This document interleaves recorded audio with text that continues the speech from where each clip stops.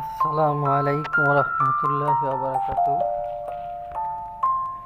আজকে আমি আপনাদের একটা গার্মেন্টস সিঙ্কেজ রিপোর্ট দেখাবো। গার্মেন্টস সিঙ্কেজ রিপোর্ট খুব সহজ টেকনিক, তাই আজকে আমি আপনাদের দেখাবো।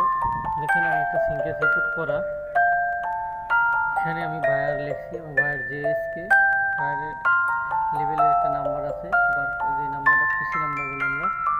তারপর এটা men's short sleeve T shirt GSM 150 colour black, date লিখছি।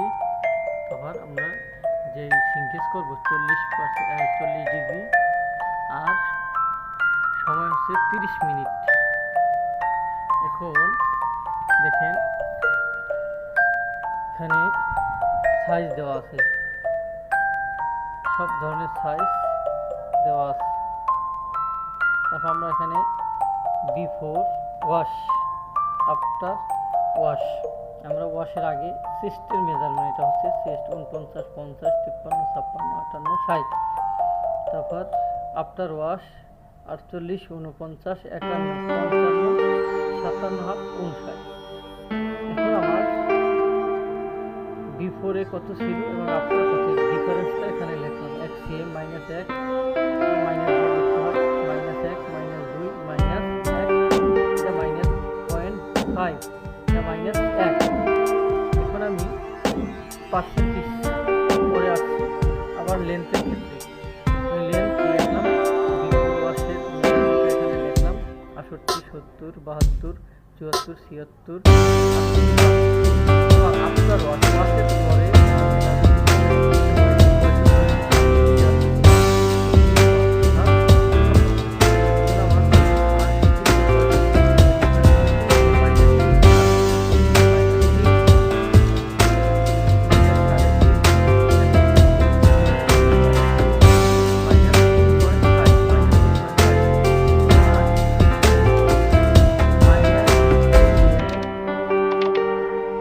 বিফোর ওয়াশ 68 ভাগ দিয়ে পার্সেন্টেজ আসবে, মানে পার্সেন্টেজ আসবে। আপনারা মিলিয়ে নেন সবগুলো এইভাবে, যে -3.5 দিয়ে 72 ভাগ পার্সেন্টেজ আসবে।